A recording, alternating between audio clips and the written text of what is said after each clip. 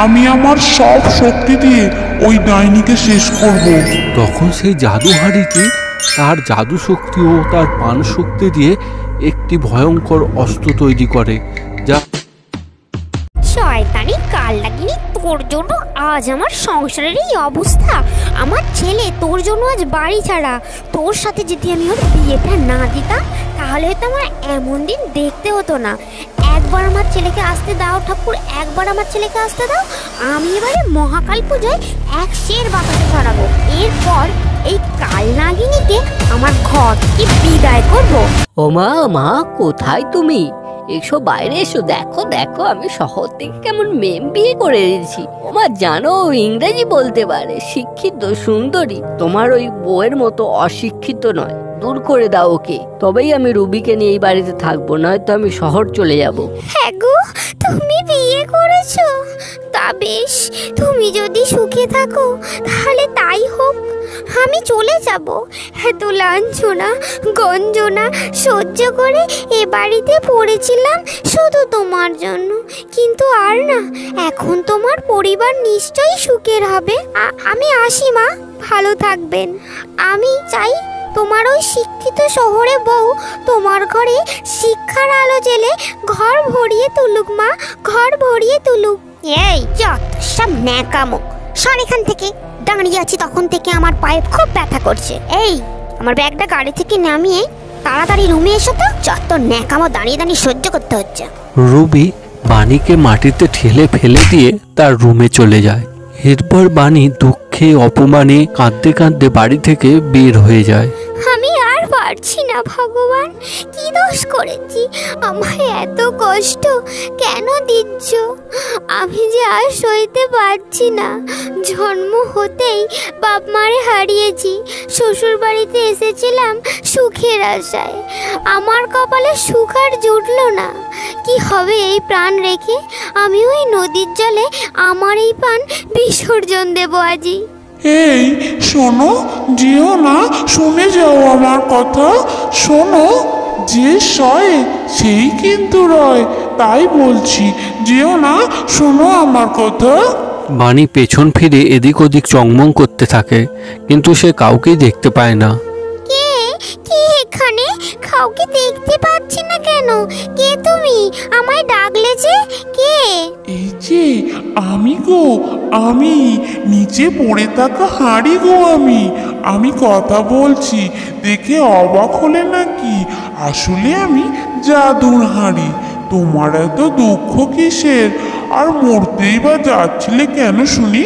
জীবন শেষ করে দিলেই কি মুক্তি পাওয়া যায়? এভাবে কি মুক্তি পাওয়া সম্ভব? আমি আর বেঁচে থাকতে চাই না। কি করব বলতে পারো? আমার স্বামী আবার বিয়ে করেছে, ঘরে নতুন বউ এনেছে।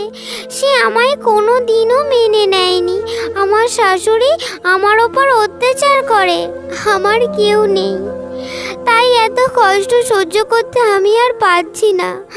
আর তাই আমি ঠিক করেছি আমি মরে যাব। ও এই ব্যাপার? মরতে হবে কেন? আমি তো আছি, চলো আমার সাথে। আমারও কেউ নেই। ওই নদীর ধারে আমার বুড়িমার বাড়ি আছে। সে বুড়িমা মারা গেছে অনেকদিন আগে। সেই বাড়িতে এখন আমি একাই থাকি। আজ থেকে তুমিও আমার সাথে ওই বাড়িতেই থাকবে। চলো বন্ধু। আমার প্ল্যান সাকসেসফুল। এখন আমি আবারও অনেক দিনের খাদ্য জোগাড় করেছি। এই গ্রামকে আমি শ্মশানে পরিণত করব। এই গ্রামের সমস্ত পশু পাখিকে আমি গ্রাস করে ফেলব। আমি ডাইনি রানী সিজুকা। এক্ষুনি অন্ধকার নেমে আসবে, তারপরেই আমি আমার শিকারে বেরোবো। আমার রক্ত মাংস চাই।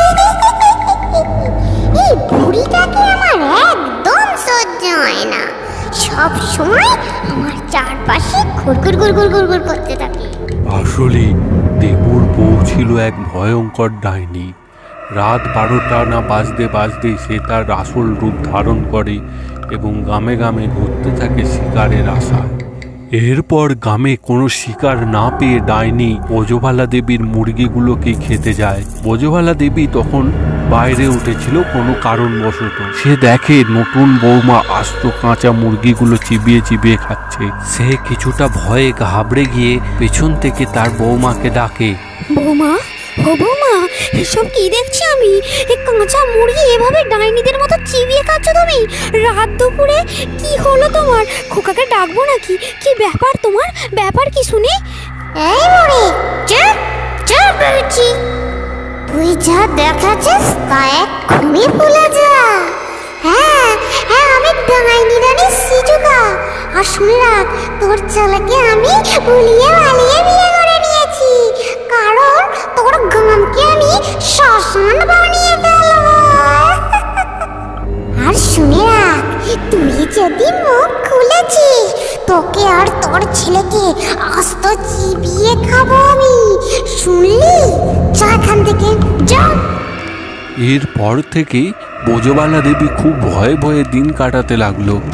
একদিন ডাইনি রাতে খাবার না পেয়ে ব্রজবালা দেবীকে মেরে খেতে থাকে। আর তখনই দেবু সেই ডাইনিকে দেখে ফেলে। এই রবি, তুমি কি করলে? আমার মাকে মেরে ফেললে। তুমি যে একটা ডাইনি, আমি ডাইনিকে বিয়ে করেছি। হায় ঈশ্বর, বাঁচাও আমার। মা গো, কোথায় গেলে গো তুমি? তখনই ডাইনি দেবুকে মারার জন্য এগোতে থাকে এবং দেবু দেখে ভয়েতে পান বাঁচাতে দৌড় লাগায়।